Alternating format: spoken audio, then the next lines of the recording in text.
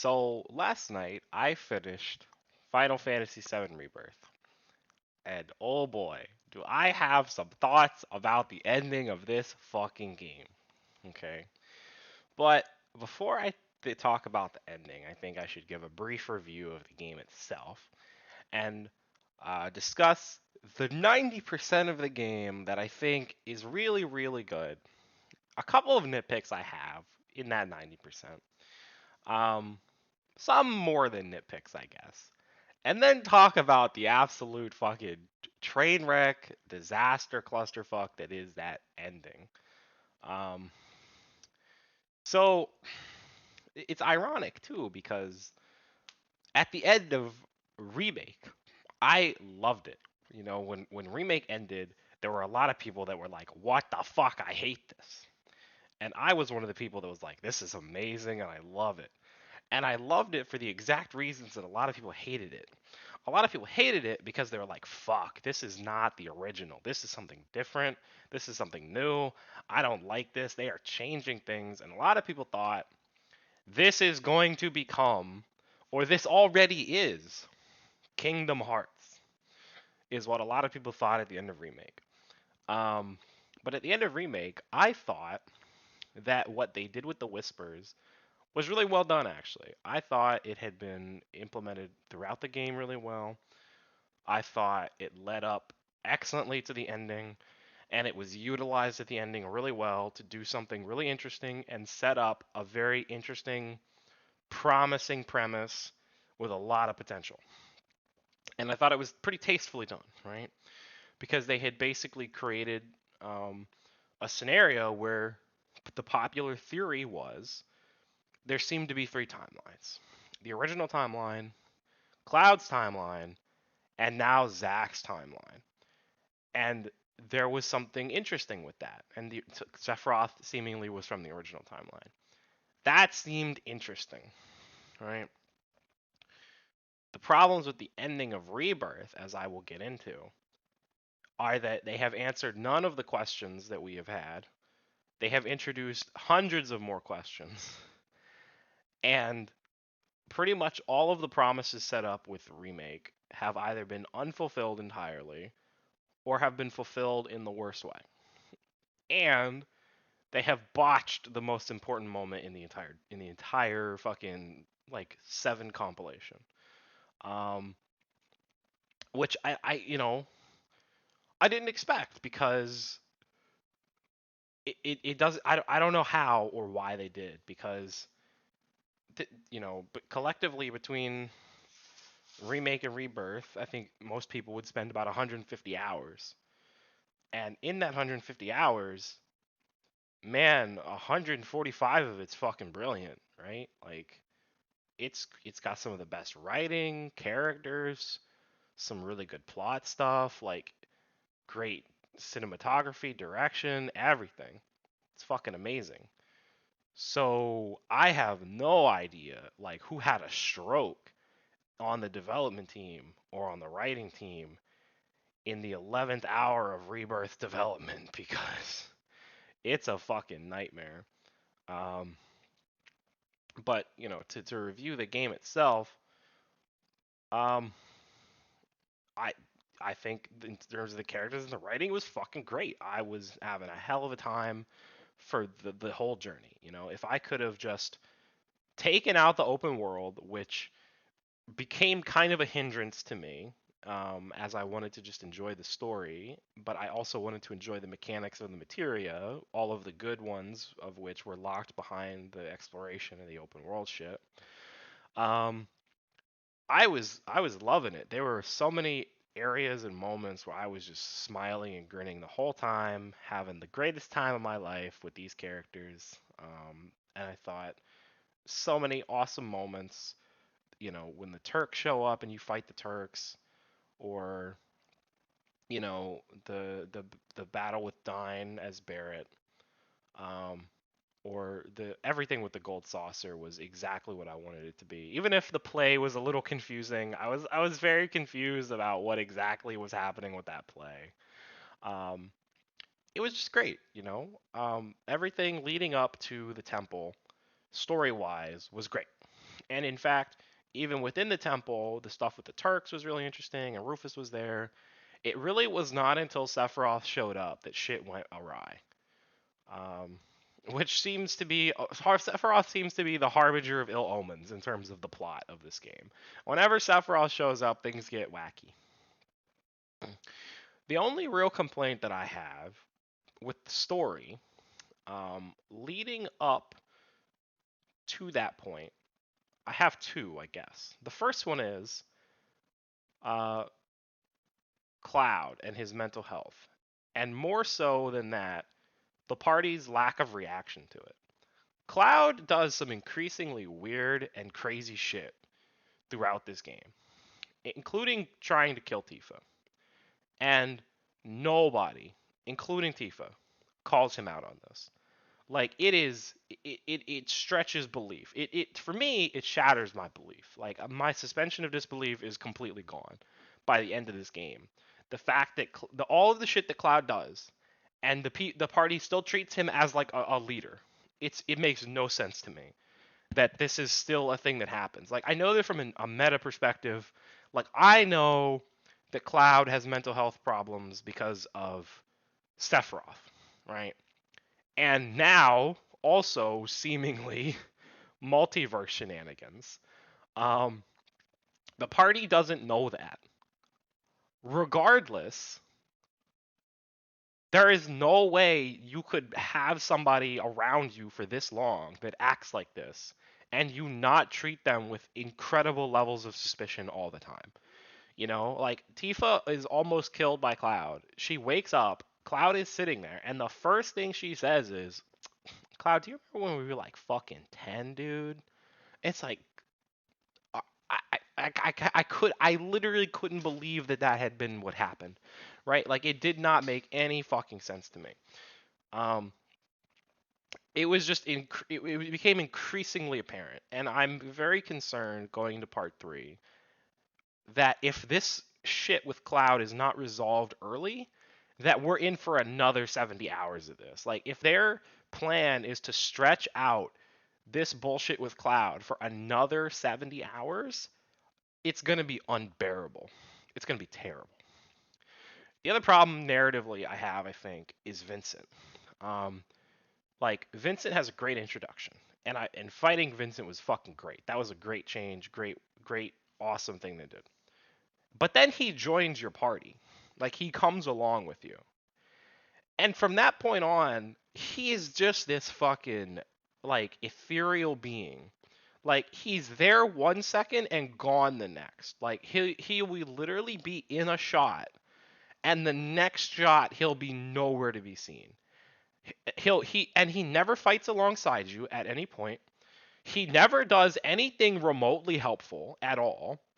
Like I don't understand why he's even there.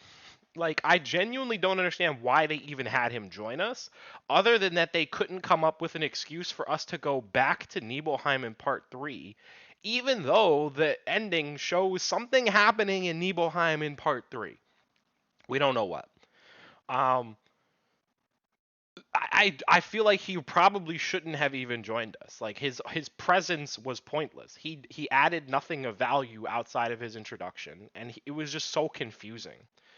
And part of it suggests that maybe it could be what his DLC is about. Because I'm fairly convinced that we'll get a Vincent DLC for this game, like we got a Yuffie DLC. But it's just so fucking weird what they did with him. Sid at least makes sense. Like he literally says, "I'm not going in the temple," and he doesn't. He stays outside. That makes sense. And we haven't gotten Sid's backstory or anything. He's just our pilot, and he's hanging out because he knew Aerith's mom. That's his whole motivation. Is he knew Aerith's mom, right? That's a little shaky, but sure, whatever. Um, so I don't really have a problem with Sid's presence, but Vincent I thought was really weird. It was a really weird decision not to make him playable if he's gonna join the party in the capacity that he did and then not do anything. I think it was entirely fueled by the decision that they wanted to have two new playable characters in part 3, and I think it was narratively a bad decision. But other than that, um, I thought the narrative was great up until the ending. Um, the open world started to get on my nerves, to be honest. Like it became a little much.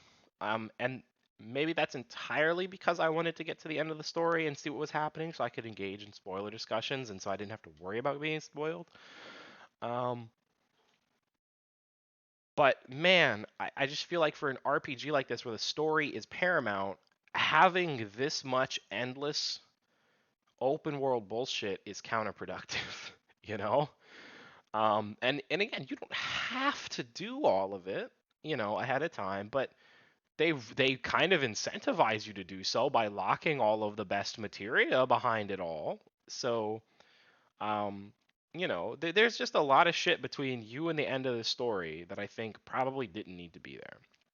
And speaking of shit between you and the end of the story, I will also say that they kind of doubled down on the worst parts of remake, which is like the tedious dungeon quote unquote mechanics. The first game didn't really have dungeons proper, but it had bullshit mechanics. Like that whole section with Aerith and Cloud moving the hands. Like pretty much every dungeon has something like this now, and I don't really understand why. And it starts early, even in the introduction, and this baffles me, right? In the first game, there's no section like this in the introduction. It is balls to the wall, high stakes action the whole time in Remake. In this game, they literally put block pushing in the introduction. Like I feel like that is a thesis statement for the rest of the game, right? Like that says something about what this game presents, and it is an accurate thesis statement because the rest of the game goes on to do this. There's plenty of block pushing. There's plenty of throwing fucking boxes at shit.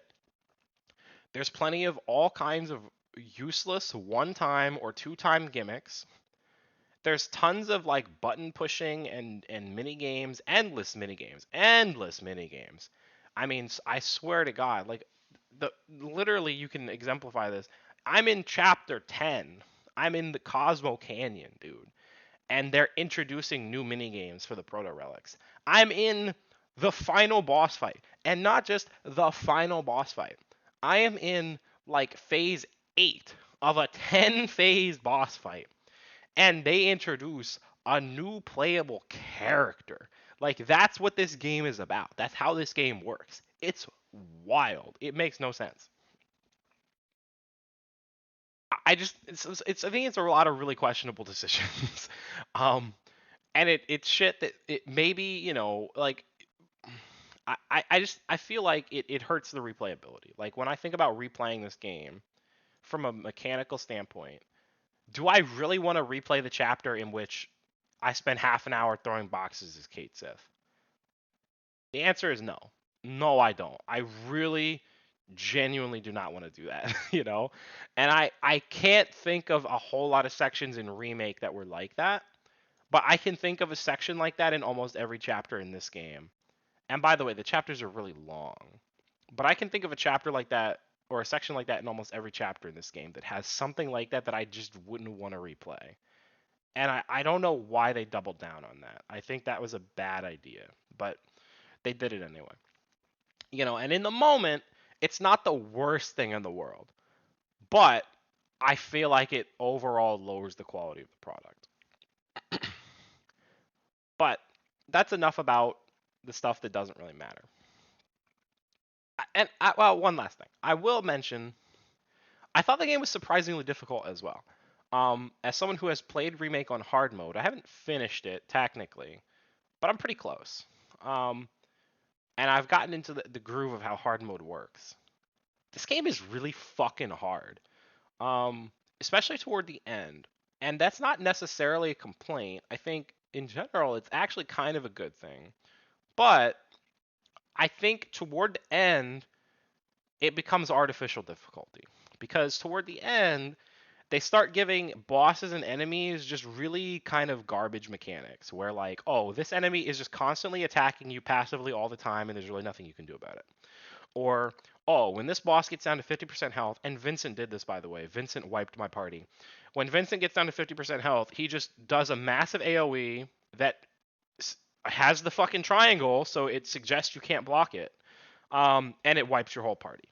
The red dragon, the cutscene lies to you, You cannot dodge this thing, this breath that it does, unless you break its chest, which is not explicitly told to you, unless you analyze it, which I'm not even sure if that's true, because I did analyze it, and I don't think it told me that.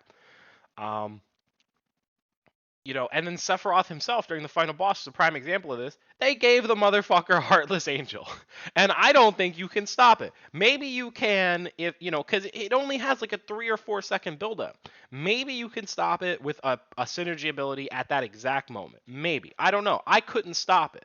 So it just seems to be your whole party has 1 HP, and by the way, if you happen to not have any ATB at that moment, well, sorry, good luck building any up to get your health back, right?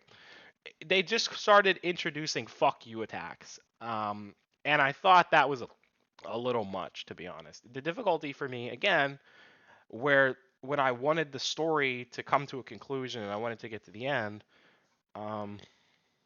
I thought the difficulty was more annoying than enjoyable. And I'm interested that they introduced a dynamic difficulty, because I think some people might have interpreted that as like an early hard mode. I actually think that that's the easy mode. I think that that's the mode they introduced to compensate for the fact that this game is actually kind of hard. Um, which is why I didn't play on it. I wanted just a smooth experience, one way or the other. I wanted the default, regular, smooth experience. Um,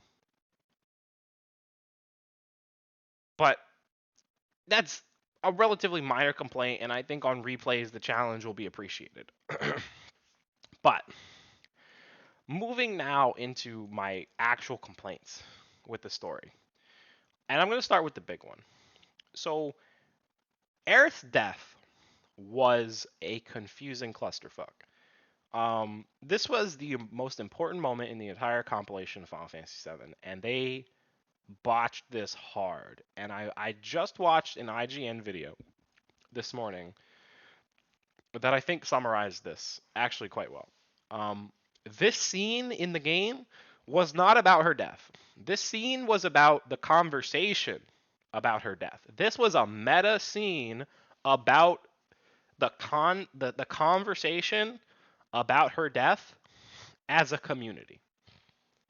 And that's a fucking terrible idea. Like, people thought it was stupid that the Whispers basically represented the OG fans, and I thought that was cool. But, that level of meta I can deal with. This level of meta is stupid. Because that level of meta didn't, the Whispers didn't actually interfere with anything, right? Like, the people complained about the Whispers, but their whole purpose was to preserve the canon of the story. They didn't actually change anything. The Whispers are the reason the story remained the same, right? Sephiroth killed Barret, and the Whispers brought his ass back. The Whispers kept things consistent until the end. So their meta worked toward the narrative in that way. But here, like this meta stuff and the Whispers, it just got completely out of hand, and I have no idea what was happening. So the entire problem is that the first thing you see is Cloud saves Aerith. He saves her. He succeeds. He parries the blade. You see it. It lingers on the shot, and then reality flashes. Cloud has one of those moments. It's really unclear why or how, and then she's dead. But then she's not really dead, right? Because reality keeps flashing back and forth constantly during the scene as the party arrives. And in one reality, she's bloody. In another, she's not. But she's in Cloud's arms one way or the other, which I don't really understand. Neither of those realities seems to line up with what we had just actually fucking witnessed. So, like, what happened there, right? And this kind of goes into Cloud's mental health, which is a whole other problem. Cloud's mental health at this point is terrifying. This guy is so unwell, deeply unwell. Like, by the end of the game, I mean, he's just completely lost in darkness, dude. And he doesn't even know. It's insane. Like, he pulls the black materia out of his fucking pocket, and just casually like merges it into his sword, which they'll never explain. Mark my words, there will be no explanation for how he did that. Um, and just continues on as if it was nothing. Doesn't mention this to anyone, even though he had just promised Tifa like 2 hours earlier that he would in fact talk about these things, right? You know, and he's seeing Aerith that nobody else is, and it's deeply unclear whether or not he's even aware that she has died. Like it's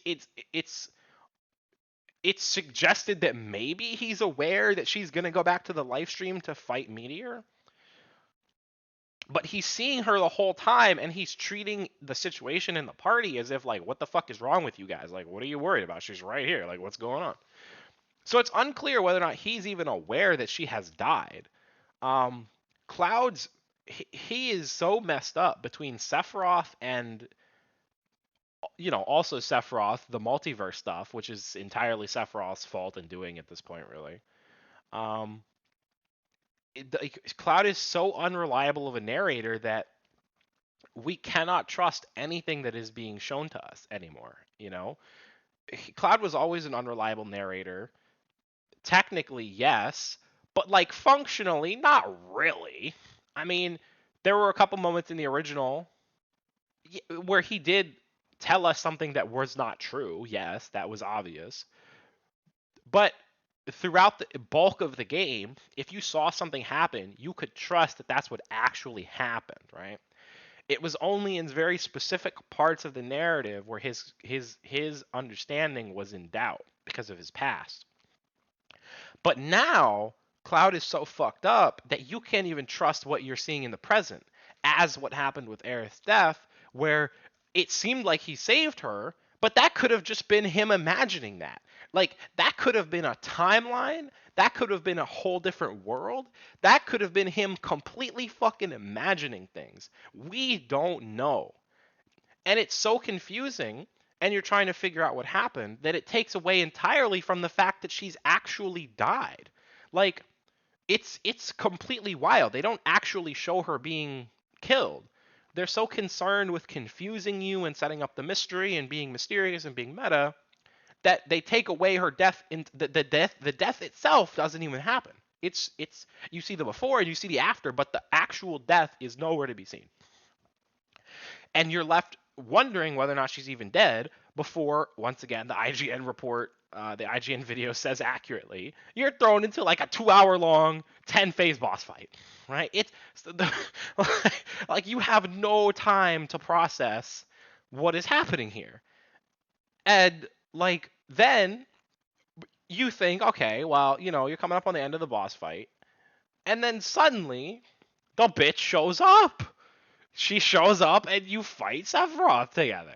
And it's like, okay, well, okay, right? So she did survive, right? Like, this is her from the timeline where she did survive. There's obviously different universes here, different worlds. This is her from the one where Cloud saved her. They're going to fight Sephiroth together. They have changed the narrative, and we're moving forward with a new narrative, all right? And who knows where they're going to go with it. Something new and interesting has happened, right? And the confusion was meant to obfuscate her survival. Except not really, because she's actually still dead, right? But now Cloud is seeing her like as a ghost, right? And presumably this is not him just having really bad mental health. He must have some kind of connection to her in the live stream. Like, he is actually genuinely seeing her. But nobody else is, which I don't really understand. Like, Tifa is all kinds of fucked up about this. You know, Tifa is dead inside over this. And by the way, because they're so interested in maintaining the mystery, they don't actually have a funeral for Aerith. Like, her body just disappears. Like, they don't bury her, they don't send her into the water. They're all just sitting around the water as if they gave her the burial, because they don't actually want to show that, because that would ruin the mystery. Right? That would tell you, that would confirm that she's actually dead. And then what? Okay, so what was Cloud doing during that time, right? Was Cloud the one that buried her, or did he just like blank out again, right? Like what happened there? We don't know. We have no idea. Um, but Tifa's all kinds of fucked up. So like, why is Aerith only showing herself to Cloud? Like, if she has the ability to do this, why can't she show herself to everybody and give them all that same kind of like time to process this, right? Like, why can't she say goodbye to everyone in that way? I don't understand. It seems really weird. But I feel like they fucked it up entirely, right? They did all kinds of weird, confusing stuff. The impact of the moment was completely lost. I thought I'd be affected because, they spent for me, it was like 70 hours close to. And going into it, it was very obvious that this was going to be the moment that the game ended on. And it was pretty clear that she was going to die, right? It was pretty unlikely she'd come out of this unscathed, I thought. Um, and she had like 3 or 4 big speeches, and she had all kinds of moments with Cloud. She had the whole dream sequence. I got the golden saucer date with Aerith. Um, and so she had all of these moments, and I had to keep reminding myself, this game is a tragedy. This game is going to end in a fucking tragedy, and it's going to hurt, right? So when I got here, I was ready. I was prepared to be hurt. And I was just confused. I don't know what was happening, and I still don't. And unfortunately, I gotta say that, coming off of Remake, I was super excited and I was super hyped to go into the next game, and I was really interested to see what they would do. After this game, I mean, there's a long time between this game and the next, but I don't really care.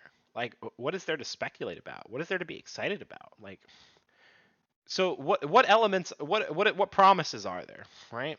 The promises are there's going to be really confusing multiverse elements that are not going to be explained, or if they are explained, they will not be explained until literally the final boss fight. Um, despite that multiverse stuff, they're actually not going to change a whole lot at all. Very little will change in the overall narrative, despite the introduction of the multiverse. Um, Aerith is still dead, so my favorite character to play as in this game is fucking gone, and I won't be able to play as her in the next game. Um, like what is there to look forward to? Like I just don't really know. I'm not sure. Um, I don't know what they're gonna do. I don't see the point. And I feel like all of the speculation about this game coming into it from Remake went nowhere, right? Because the whole idea about there being 3 timelines, throw that in the trash. It's just an infinite multiverse. And an infinite multiverse, by the way, I'm so tired of these multiverses. Like, everything's a fucking multiverse, and it's all been handled horribly. I have to say this: multiverses are inherently an uninteresting concept. They remove all stakes from a narrative because if somebody dies, you can just replace them. And if a world is destroyed, so what? There's infinite more, right? In order to do a multiverse well, it has to be done exceptionally carefully. And so far, I have not seen any piece of media that has handled this well at all. It's almost impossible that it's going to be done. And yet, for the past 5 years, every piece of media has been a fucking multiverse story. And I don't understand why that is the case. I don't know why they couldn't just stick with the 3 timelines. I don't know why it had to be any more confusing or convoluted than that. And now I am on the train of this is just Kingdom Hearts, right? Why is this now Kingdom Hearts? I really genuinely don't understand why they turned Final Fantasy VII into Kingdom Hearts. But that aside, I had some other problems with the narrative too. So Zack, right? They put this guy on the box art, and I gotta tell you, over the course of 70 hours, I think he collectively had 1 hour of screen time. And I would argue that that's almost false advertising. He should not have been on the box art. Zack had no significant role in this story at all. He did nothing of substance. He spent that whole hour of screen time fucking around in Midgar doing nothing. And it was not clear until the end where what Midgar he was even in. In fact, about halfway through the game, I had forgot that in his Midgar, half of the cast was dead. I had forgotten, and I thought he had just been pulled into our same timeline, and he was in the same Midgar, because in this world that he is pulled into, it seems like the events played out exactly the same, including with Cloud's presence, because people know about Cloud, and he was a mercenary in this world. Um, but then at some point, and I'm not sure when, but I guess it was during the assault on, Midgard on Shinra Tower, a storm, which may or may not have been like an Elseworld version of the Whisper storm that we fought in our timeline, um, came through and just fucked everything up and killed the cast, except Cloud, who's missing in action. Um, and Aerith, who may or may not actually still be alive, but never actually woke up, by the way. People speculated that the Aerith that gave Cloud the white materia might be this Aerith from a different timeline. That also went nowhere, by the way. But then Cloud and Aerith woke up in this timeline briefly, somehow, for some reason, and everybody in this timeline is already treating the world as if it's going to end for reasons deeply unclear. Because he spent an hour in this timeline, over 70 hours, and 45 minutes of that was spent with like Elmira and um uh fuck, what's her name, the kid, I forget her name, Marlene. um Zack was completely wasted and did nothing, and his presence in the final boss fight, while it was very cool to have him show up and finally have some fucking gameplay again, because he showed up in the beginning and got gameplay right away, which suggested he would have more gameplay and combat throughout the game. But then he didn't again until the very end. Um, it was just so, it was like so pointless. Like, what did he really accomplish? Like, he helped in the fight somehow, some way, I guess. Except it doesn't really matter, because they were fighting like a metaphysical Sephiroth, the same metaphysical Sephiroth that you fight all the time in these games. That doesn't matter, because it was always his plan to lose, and when you beat him, nothing happens. He literally just flies away as if nothing happened, and we continue on. It just, like, it doesn't matter. I don't understand why Zack was here. It seemed like it was a complete waste to even have him here. Completely waste of a promise. He did nothing. And if this game was any indication, then they're going to do the exact same thing in the next game. He's going to get an hour of screen time and he's going to do nothing, right? If this game is any indication, why would they do it any differently, right? I thought, and people thought, Zack would be like half of this game, or at least like 25% of it, and he'd have like his own party. Biggs would be in it, like he would be traveling the world. He would be trying to stop Sephiroth. No, the motherfucker never leaves Sector 5. You know, it's insane. I like, he did nothing. Um, but speaking of him, I think who should have been on the box art instead is Rufus Shinra, because Rufus Shinra is like the most important character in the entire game. He is constantly getting screen time. He is constantly involved in the narrative, inserting himself at every opportunity. He is directly involved with whatever they have planned for Wutai, which is it's not. It seems like it's not just going to be a section of Part 3. It seems like the war with Wutai is going to be like a significant part of Part Three's entire overarching narrative, right? Um, and Rufus is directly involved with it. His conversations with that guy, whatever his name was, that turned out to be a Sephiroth, clone or Genova, whatever, which was pretty obvious as soon as he showed up in a black robe, to be honest. Like, that was never really a question or a mystery or in doubt to me. Um, like, Rufus Shinra is a really interesting character, and I don't really know where they're going with him, and I would say I'm most interested in him, especially because someone in a Final Fantasy Discord said that apparently Rufus, and I didn't know this, apparently Rufus funded Avalanche. I don't know if that's true. And they thought that Viceroy Saruf is Rufus.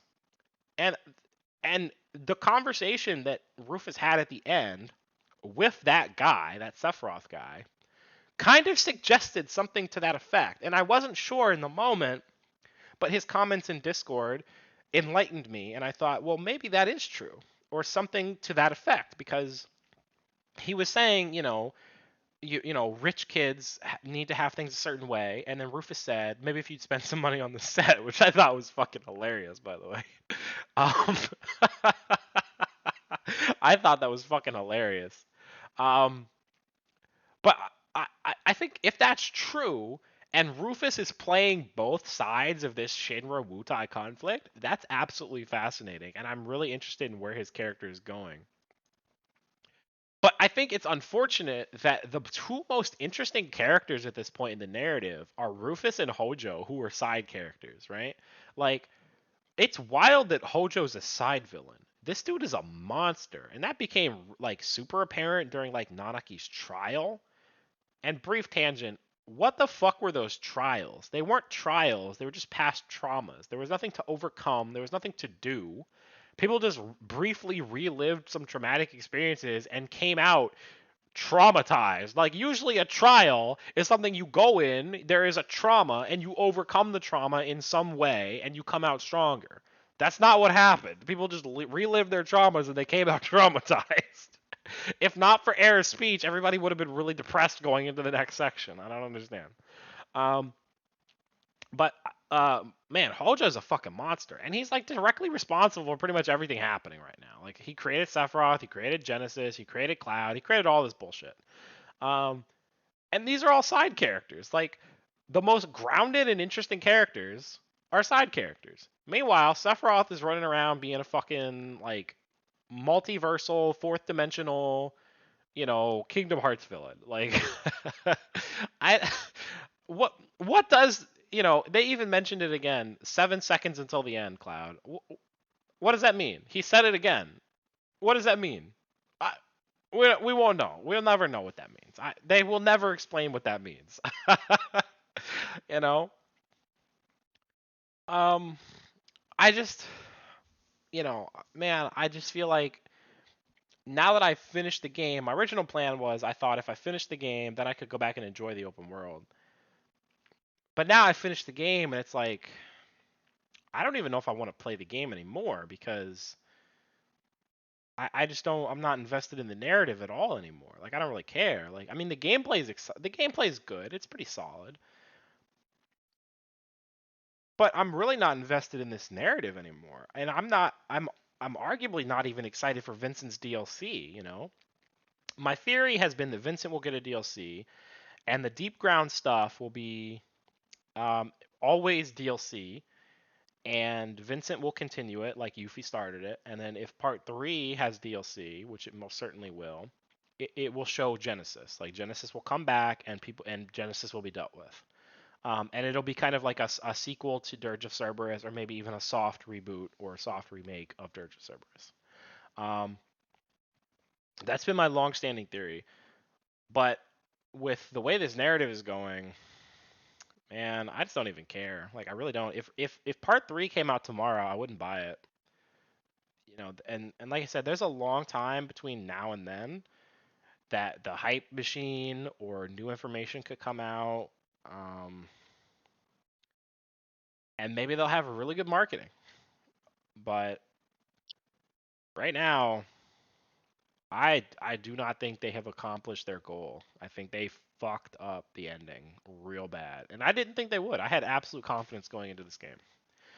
Um, and I'm really disappointed that they seem to have dropped the ball. And it is possible that that what they have planned for Part 3 is some kind of huge, massive game-changing plot twist slash revelation that flips everything on its head, and it all makes sense, and it's all amazing, and it's genius, and it's perfect. I mean, that's always a possibility, right? But I got to tell you, I have been involved in several pieces of media in which people thought that that would be the case. You know, I have been part of the Mass Effect fandom. I have been part of the Sherlock fandom. Um, I have been here for Marvel's phases 4 and 5, and I thought that Marvel knew what the fuck they were doing for the longest time with these phases. And it turns out they did not. It turns out there was not a secret last episode of Sherlock. And it turns out the indoctrination theory was bullshit. So, what my experience is telling me is that, generally speaking, if something seems to be bad, but it could be really good, if some wild, absolutely brilliant 3,000 IQ plot twist happens, then it would be the greatest work of fiction ever made. My experience tells me that it will not have that massive IQ, 3,000 IQ plot twist, right? Is what my experience tells me. Um, so I I don't know what they've got planned, but as far as I'm concerned, it's basically just going to be Kingdom Hearts bullshit. You know, it's going to play out exactly the same as the original. It's just going to be. It's ironic because people complained that this was not a remake. Well, it is basically. It's just a remake, but with more multiverse, right? It's the same story, but now with multiverse. You know, um, and at first, with these new elements, I didn't mind. But now I feel like they've compromised the quality of the storytelling with the multiverse. The multiverse stuff has inserted its way and it has corrupted the otherwise good storytelling. And I'm just not looking forward to how they handle the rest of this. Like, combined with the Cloud stuff and how the party is treating him, I don't know, man. I think it's going to be kind of a mess. I mean, I'm vaguely looking forward to playing as Vincent, but I can probably, most likely, I can get that out of the DLC. You know. By the way, there's a jump materia in this game. They introduced a jump materia. So what the fuck is Sid gonna do? Like you would think that would be like Sid's whole game plan, right? Like, is Sid just gonna constantly call the high wind in to attack? Like, what is Sid gonna do if jump is just a general materia people can get? I have no idea. Um, but I can probably get Vincent gameplay out of DLC. So I don't know, and the open world is probably not going to change a whole lot. It's probably going to be the same open world, just expanded a little bit, and now with an airship. And more bullshit mini games, or like mostly the same bullshit mini games, right? Um, I don't know, man. I don't know. I think they fucked up.